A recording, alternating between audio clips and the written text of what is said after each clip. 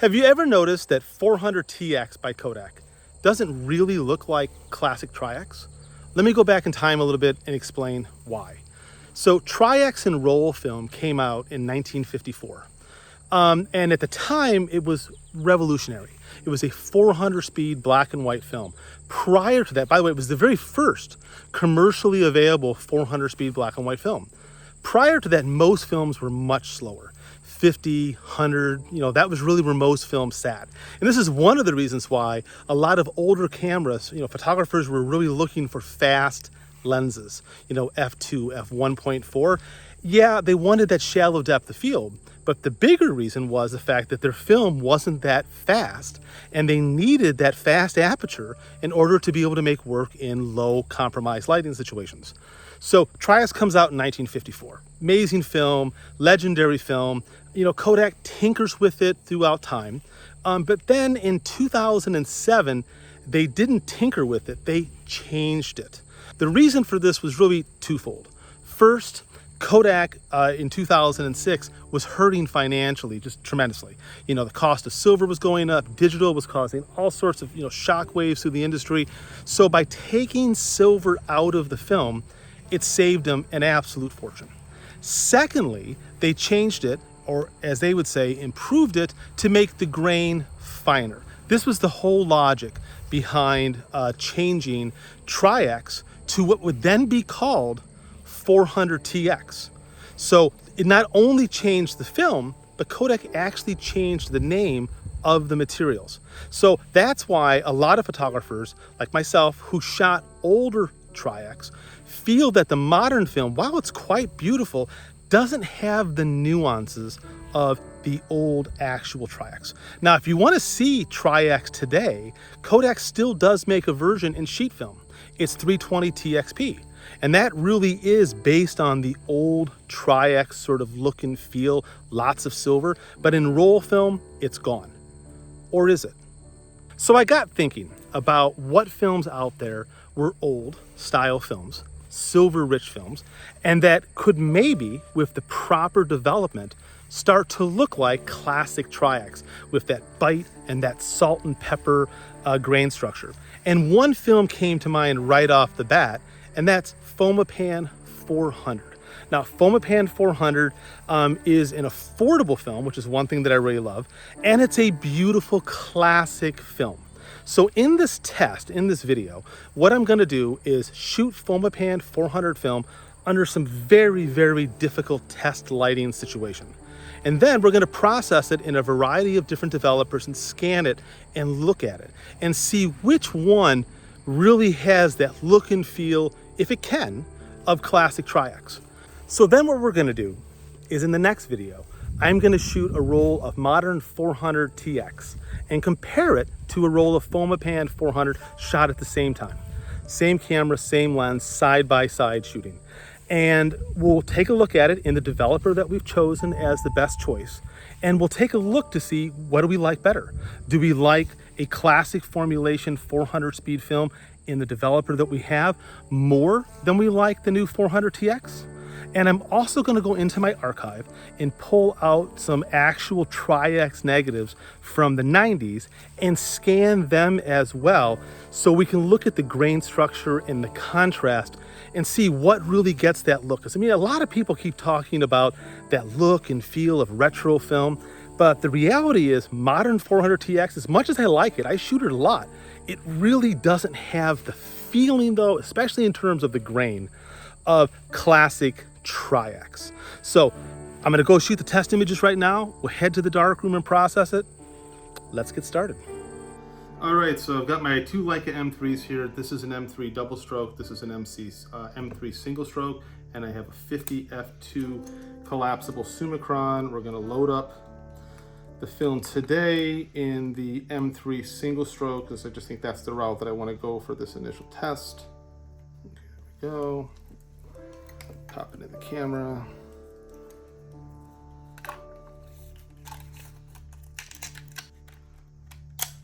There we go. And whenever I load my M3s or any Leica film cameras for that matter, I always like to back tension it. So spool it so it's tight, and then when you do in advance, you can see that the film's advancing, so you know you're ready to go. I've selected a very difficult test image to use for looking at this film. I've got my Leica M3 single stroke with the 50 f2 Summicron. You can't get more classic than this, the collapsible Summicron. Great lens, great camera. Let's see how good the film is. So the overall range here is huge. I've got my Pentax digital spot meter, and I've metered everything from zone 3 values in here and in here, all the way out to values like zone 11. So that's huge. Full dynamic range. The area up underneath here meters at a really nice zone 5. So everything's represented. Now with this film, I suspect we might get a little halation in the highlight. That would be really cool if we did. Very vintage, very classic, but we'll find out once we look at the film in the 3 different developers. Tight enough that it won't go flying anywhere. Let's extend the lens. I said this is a collapsible f2 Summicron. It's really a great piece of glass. All right, let's get the scene line back up. I think that looks good. Let me get my focus first though. I'm gonna focus on the little Fomapan box of film that I stuck in the frame. That should be good. Put on a cable release because we're going for the best here. I'm going to re-meter the scene with my Pentax digital spot meter one last time, just double checking my shadow placement to make sure the light and nothing has changed. Nope, we're good. Okay. So it is at EI 200, f5.6 at an eighth. Put 5.6 at an eighth of a second. Everything's good to go. And that is at 200. But I'm actually going to do one exposure at f4, which would be 100. I'm going to do one right around then I'll do f5.6, which is 200. And then I'm going to do small increments, like a third, and a third. That'll take us out to 400. That way we've got some increments to play here with. Okay, so.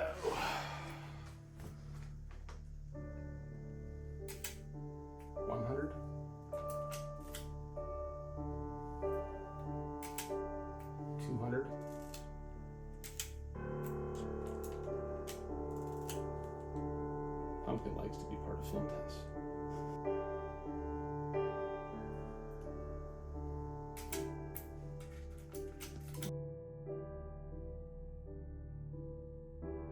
All right, so we're out in the studio, and the 3 developers that we're going to use are DDX 1-4. Second developer that we're going to use in the Jobo is Diafine. 3 minutes in A, 3 minutes in B. I do it in a Jobo, but hand process produces the same results. I've written extensive articles on Diafine here on the Digital Revolution. And the third developer that we're going to use is Rodinal 1-50 hand development. Classic combination. So let's get processing the film. All right, start the Jobo. This once again is for the Diafine Part A. Got my tank floating nicely. Everything's at temp. Diafine is not super important. As long as you're between 70 and 80, you're good to go. Dump it in. I slow down my rotation to 3. Turn that on. And in 3.5 minutes, I'll dump out Part A. I'll add then Part B, which completes the development. And then it's just a simple water wash followed by fix, and then we're on to the next developer. The next developer is DDX 1-4. I'm doing it for 9 minutes, and I'm going to hand process it using Ilford's processing technique that they recommend. So the first 30 seconds, 2 inversions every 5 seconds, followed by 10 seconds every minute till completion. Once again, I'm using metal tanks for the DDX and for the Rodinal. So I have all of my chemicals mixed up at proper temp, 20 degrees Celsius. Clock is set. Pour in the developer. Bubbles. And just nice, gentle agitation. Consistency is what's the most important. with agitation. It's why I happen to like my Jobo for a lot of work, because it produces very consistent, repeatable results. And as long as you agitate your film the same way every time, you too will get consistent, repeatable results. 5 more seconds. All right, so we're coming up on an agitation cycle. It's again 10 seconds, 2 inversions per 5. Consistency is the key. Limited variability. A little tip I'll give you on Fomapan films that now have to sit for 50 more seconds is when the film is wet, this applies to 100, 200, or 400. When it's wet and you're going to hang it to dry, be a little extra careful with the film. I find that the film is more prone to scratching when it's wet. When it's dry, it's absolutely fine. But just having that little extra care when the film is wet, when you hang it, will give you clean, perfect looking negatives. Okay, now we're on to our final developer, which is Rodinal 1 to 50. I mean, classic developer. It's been around forever. It's gone through some formulation changes over time. This is the newest version that's being sold, so it should be really good, fresh, just brought it in. So I'm doing 1 to 50 for 11 minutes. The thing about Rodinal is it's a kind of developer that really rewards someone who's consistent. So make sure your agitation technique is gentle and consistent and smooth. Crazy fast agitation will increase contrast and grain in a horrible way. Additionally, temperature does matter with Rodinal if you're looking for the finest grain. 68 degrees Fahrenheit, 20 degrees Celsius, that's the magic number when it comes to Rodinal. If you start going higher than that, 70, 71, 72, your grain will grow like weeds in my garden, like out of control. So it's super important that you keep that temperature at 68 degrees Fahrenheit. Agitation routine is going to be the same. First 30 seconds, followed by 10 seconds every minute. I'm using a larger tank, and to make sure that the agitation is consistent, I have 2 reels in here, one that's empty, just so the film isn't getting extra agitation and turbulence during the processing.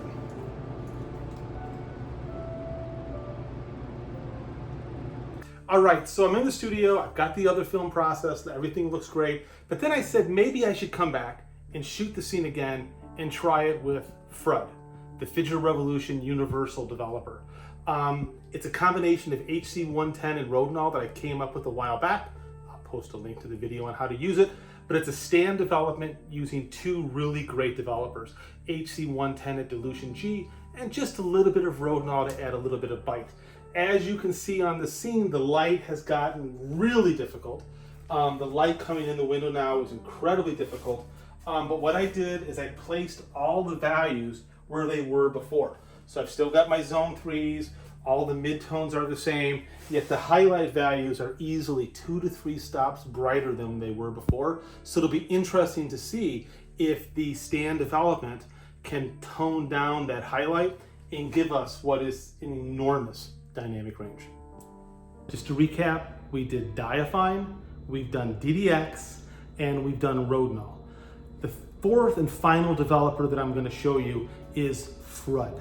FRUD stands for Digital Revolution Universal Developer. I came up with this developer formula a couple of years ago, posted it in a video, and I thought I would just try it with this film as well today. So what FRUD is, it's a combination of HC110 and Rodinal. Now, for those of you that are saying you can't mix developers like that, try it. If you see it, you're going to be blown away by just how good the results really are. So in order to use FRUD, I use it one of 2 ways.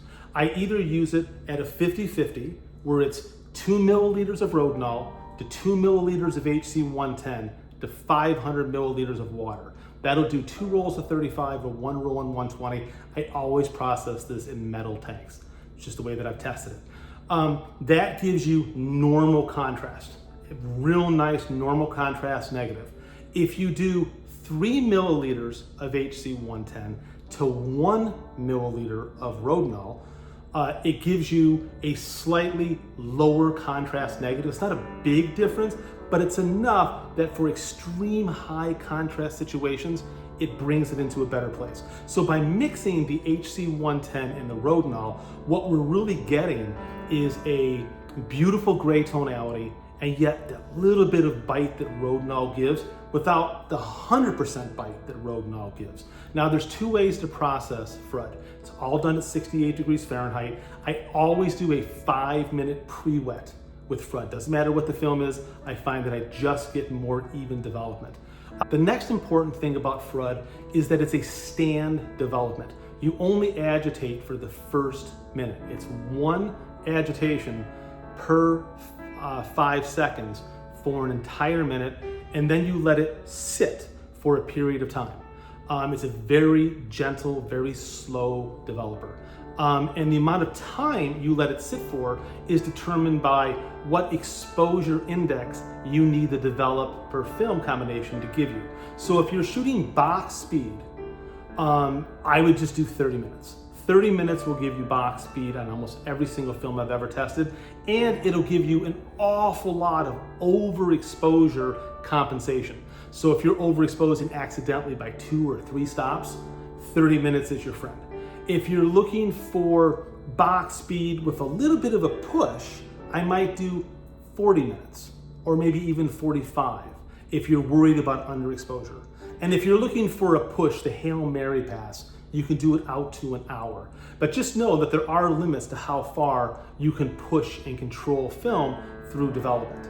So what I've mixed up now is a slightly lower contrast version based upon the scene that I just went back and photographed again. It was wicked high contrast. So I did 3 milliliters of HC110 and 1 milliliter of Rodinal.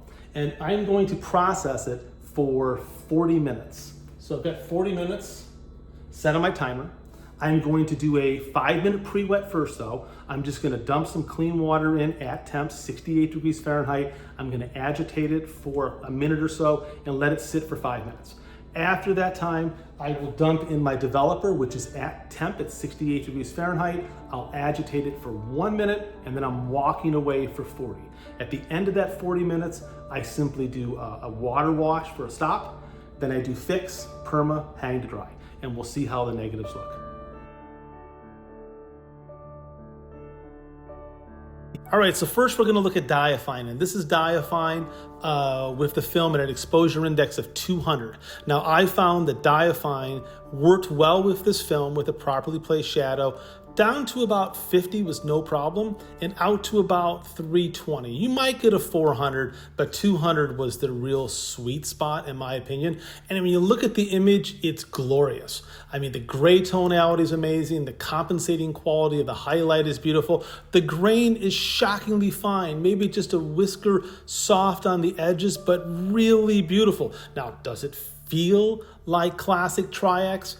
I don't think so. I think it's a little more refined filming than that. It doesn't have quite the bite the classic Tri-X did. But having said that, this is an absolutely winning combination if you like. It feels very 60s to me. It has this really great feeling to it. I just love how the wood grain feels and how open everything is. But again, I don't think it has the bite and punch that classic Tri-X does. Let's move on now to the DDX. I'm looking at the DDX and man, it's gorgeous. It has definitely more contrast and pop than the diaphine did. The grain is a little bit stronger, which I kind of find surprising, but the grain is a little bit more prevalent. It has really good detail, really good compensation in the highlights, though not as good as the diaphine. If you look at the lower part of the window, the diaphine was a little better at holding that detail. But overall, the DDX is great. In terms of speed, the DDX absolutely will give you box speed. This was at 400. As a matter of fact, shooting at 100 would be over developing just too much. DDX definitely, of all the film that I tested, had the most contrast in the negatives. Diaphine was the lowest. DDX was definitely the highest. DDX, if I was to use that with a Fomapan 400, I could probably shoot it down safely to 200. It'd be a little dense, but it'd be easily scannable and definitely usable out to 640. It also does have a lot more contrast though, so that is one thing to definitely be aware of. Moving on to Rodinal. Rodinal kind of surprised me. Rodinal is not normally a great developer for fast films. It's wonderful for like 100 Fomapan. But I was surprised at how much I like it in the 400 Fomapan. The image that you're seeing is at 400. I was able to get a nice box speed. Yeah, the grain's there. It is Rodinal after all, but it's beautiful. It's your classic Rodinal grain, and it is crazy sharp. So this has more of that bite and feel that I'm used to seeing with a Tri-X classic type negative. The contrast is really nice. The highlights are pretty well controlled. Once again, if you look down to that lower left-hand portion there of the window, you can see that it's pushing definitely. The histogram was right to the edge of almost being gone. So there definitely is a limit to what it's going to do, but it really looks good. If you zoom in, look at the detail, look at the clarity, and look at that grain. I mean, that to me is absolutely gorgeous. Let's now move on to our final developer, FRUD. All right, FRUD, final developer. I'm kind of blown away by how good FRUD looks. It has the salt and pepper grain look that I like. The compensating quality is bananas. I mean, the window, the detail that's still outside of that window is shockingly good. I mean, that was better than all of the other ones. It absolutely blew me away how well the compensation factor was for the highlight. Of course, being a stand development, that is to be expected. When I zoom in and look at the grain, yeah, it's there. It has that little bit of a feel of like the Rodinal. It's not quite as tack sharp as the Rodinal is because it isn't just Rodinal. There's that little bit of HC 110. But when you look at the gray tonality that's in the organ there, it's beautiful. I think it looks absolutely great. So I love everything about the FRUD. Interesting thing about FRUD is that it had the largest exposure index usability of all of the tested films. FRUD is usable at 100. It'd be dense, but not overly dense. You could definitely scan it. And it was solid out to like 1250. So it had a very, very long range. You could even do a 1600 if you're willing to go there. I mean, I was surprised at just how far it would go. And of course, with this particular developer, if I had done it for an hour, I might have got a super solid 16. I don't think I'd get a 32, but I might get a closer to like a 2000 or something like that. So next, conclusion and thoughts. All right, so in conclusion, what are your thoughts? Do you think that any of the film developer combinations that I did has that look of classic Tri-X? Especially those of you that got to shoot film before 2007, what do you think? Of course, it does look different because it's scanned film as opposed to being in a wet darkroom. That's a very different relationship right there. But do you feel it has the look of classic Tri-X? And if so, which developer? You know, it's amazing how much the 4 different developers changed the shape of the curve, what they did to the grain. I mean, there are 4 distinctly looking different images. And I like all 4 for different reasons. The diaphine is really beautiful. I mean, it is just a creamy gray tone. However, I can get that same gray tone out of Fomapan 100 in the developer, and I actually like it even better. So I don't think that the diaphine really sells it to me. When I look at the DDX was really nice. My only concern with the DDX is the contrast control. Yeah, I absolutely got box speed, but I do worry about the contrast control. It just is a little contrasty with this particular film at 1:4. The next question would be the Rodinal. Rodinal was beautiful. I mean, it has that classic Rodinal bite. It has, you know, the sharpness is incredible, and it definitely has salt and pepper. There's no doubt about that. The question is do you like the tonality? You know, Rodinal has a very particular tonality that it produces, and are you fond of it with this film? And the final one, FRUD, you know, what do you think? Do you think it's a viable option for this? I think it looks really good. I don't know if it's the best of the 4. Definitely has the biggest exposure latitude in terms of usable EIs. But do you like the look of the grain that you're seeing with it? Do you like the contrast that you're seeing with it? And so this is your chance to vote. You tell me which of the 4 developers you like the best, and then I will go out and shoot, as I said, this weekend, 2 rolls of film, 1 roll of 400 TX and 1 roll of the Fomapan, based upon the results of what you say, and then we'll do a side-by-side comparison. And again, I'll also scan some vintage 1990 and 1980 Tri-X negatives, just so we can also use that for further comparison. Thank you very much for listening. I can't wait to hear your thoughts. Now go shoot some film.